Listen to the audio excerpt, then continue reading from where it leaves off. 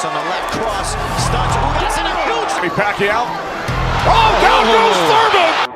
Marami ang nagtataka kung bakit masyadong liyamado itong si Mario Barrios laban kay Manny Pacquiao. Lumalabas na ang ating pambansang kamao ay siya pa ang naging underdog ngayon sa laban nilang ito mga idol.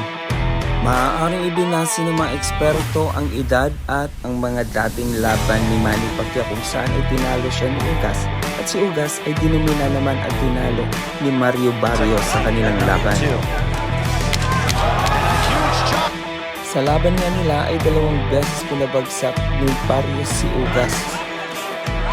And now another right pass on the left cross. Stuns Ugas in a huge...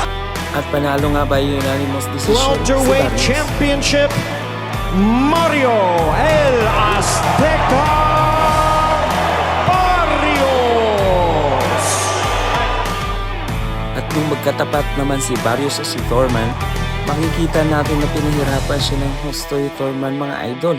Ngunit kung matatandaan po natin, itong si Thurman ay pinabagsak at tinalo naman ni Manny Pacquiao. Kaya sa araw ng kanilang laban ngayong July 19 sa Las Vegas, Nevada, ay naniniwala pa rin ako na mataas pa rin ang tsansa na ma-upset ni Manny Pacquiao si Barrios mga idol. And a big right hand that stunned Barrios again. At panalo nga po dito mga idol by unanimous decision si Keith Thurman. One time.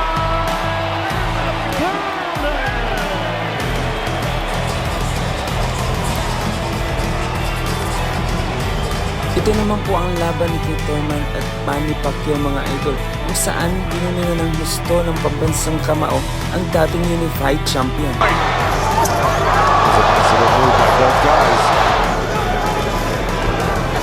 This is round 7. Remember, Thurman bet on himself. Oh, right by Thurman. He's flicking out his right hand. That always precedes and Pacquiao. Oh, down goes Thurman!